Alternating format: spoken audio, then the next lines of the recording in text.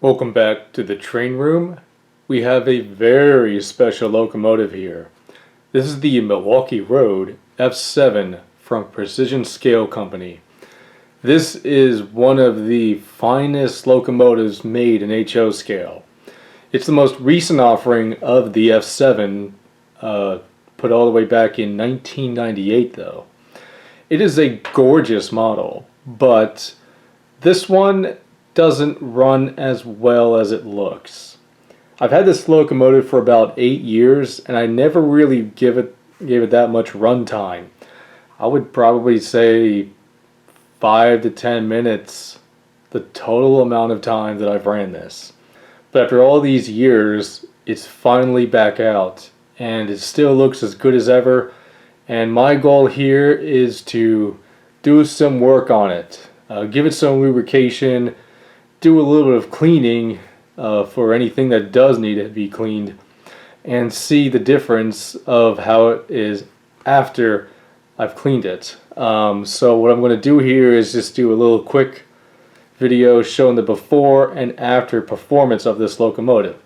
And this is just a PSA to really tell you guys, maintain your models regardless of the quality of the locomotive.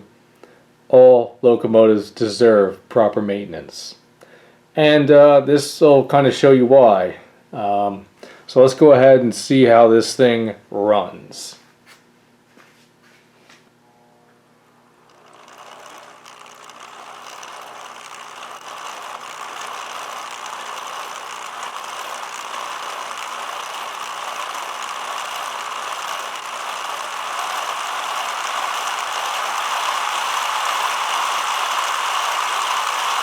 So this is about 40 on the throttle.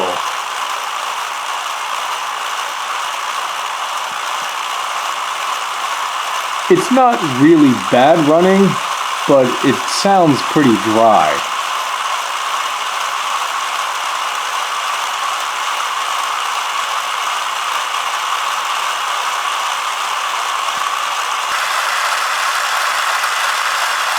I know it looks kind of redundant seeing a high-end brass model running over Bachmann Easy Track on a concrete floor, but I do my best to maintain the layout, keep it clean, and this is the best I have right now. This is a temporary layout, so it's not like it's gonna always run like this.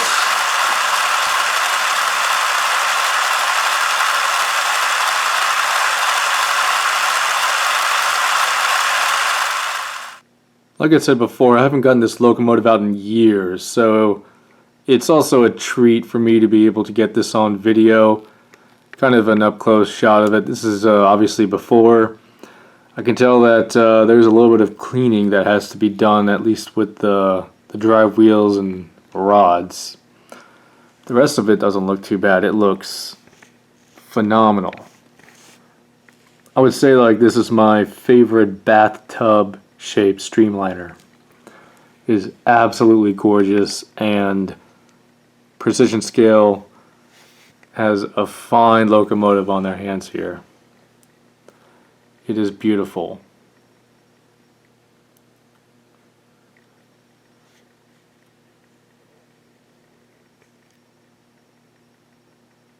On the underside there is a plate that has the number, the production run for this. So there was 175 of these made, and this one is number 112. So that's kind of a before, and what I'm going to do here is finally give it a proper oil and grease job for the first time in years. There's a good chance of running on the treadmill just now. That's probably the most it's ran.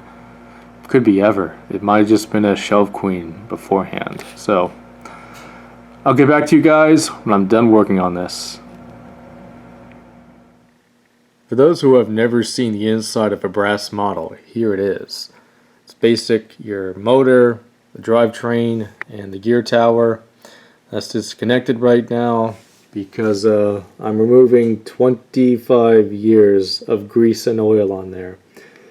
Still more cleaning to go, but there was definitely a lot more on there. So It's going to get cleaned up and get some fresh oil and grease in there, so I expect this to run a lot better. But as finely detailed as brass models are, they tend to be relatively easy to work on than a conventional model. Even though this one has lighting to it, it has a plug to connect to the shell of the locomotive. It is so much better than what some certain conventional manufacturers have designed 20 years after this. Just such a breeze. Now, I don't want to jinx myself. I made it down to the core and really made it without any issues. But yeah, just thought I'd show you guys. Really hasn't been too bad so far. And here I am a short time later. The locomotive is put back together, it's all cleaned up, and really, it wasn't that bad to work on. Did not take anywhere as long as I thought it would. There were no issues I ran into. Everything was in good shape. It just took a little bit of extra elbow grease to sort of get rid of some of the grind that was on the gears. But other than that, it was a breeze. Now let's see how different the performance is now that I've worked on it. And as we know, it wasn't bad beforehand, but let's see the difference now.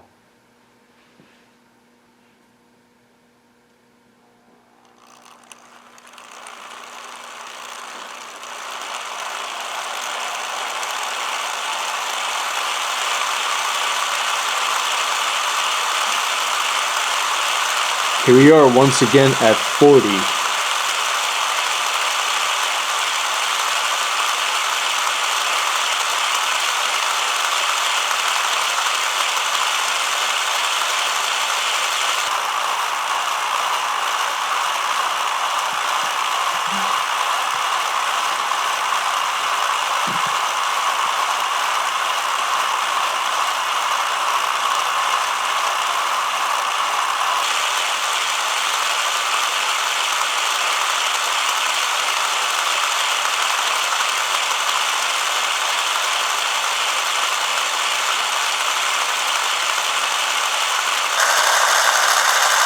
Now, I didn't show it earlier, but the current is lower now than it was earlier. In fact, earlier it was kind of teetering back and forth a little bit. Now it's consistently low.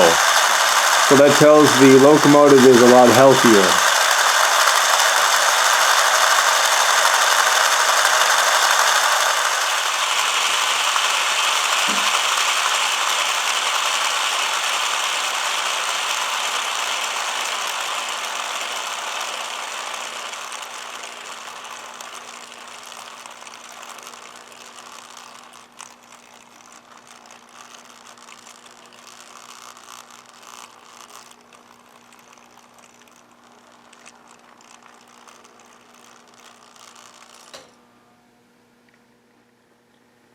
I'm going to continue running this to further break it in to see if I can get it running smoother at a lower speed. It certainly has potential, but without looking at the playback, I can tell that this is improved. It certainly seems smoother at a higher speed, didn't see as much hesitancy as it did earlier, so that all that work was definitely worth it. And again, this is a PSA to everyone. Maintain your models. It doesn't matter if you have a $10 locomotive or a crown jewel of your collection, because honestly, what's the point of owning something if you're not going to take care of it? And these are obviously works of art, and we want to preserve their beauty as well as maintain their high performance. This was a great locomotive to do this video with, and I'm certainly glad to have brought this out for the first time in years. And really give it an exercise that it hasn't seen probably since the light of day that it left the factory. This is an awesome locomotive. It is absolutely gorgeous. But best of all, it was relatively easy to work on. Anyway, that'll be all for now. I really appreciate you guys tuning in on this one. And hopefully, yeah, I'll put out more videos of brass models It's been a long time on this channel since I have, so hopefully I'll put up some more like these before and after videos. So thank you very much for watching. We'll see you next time.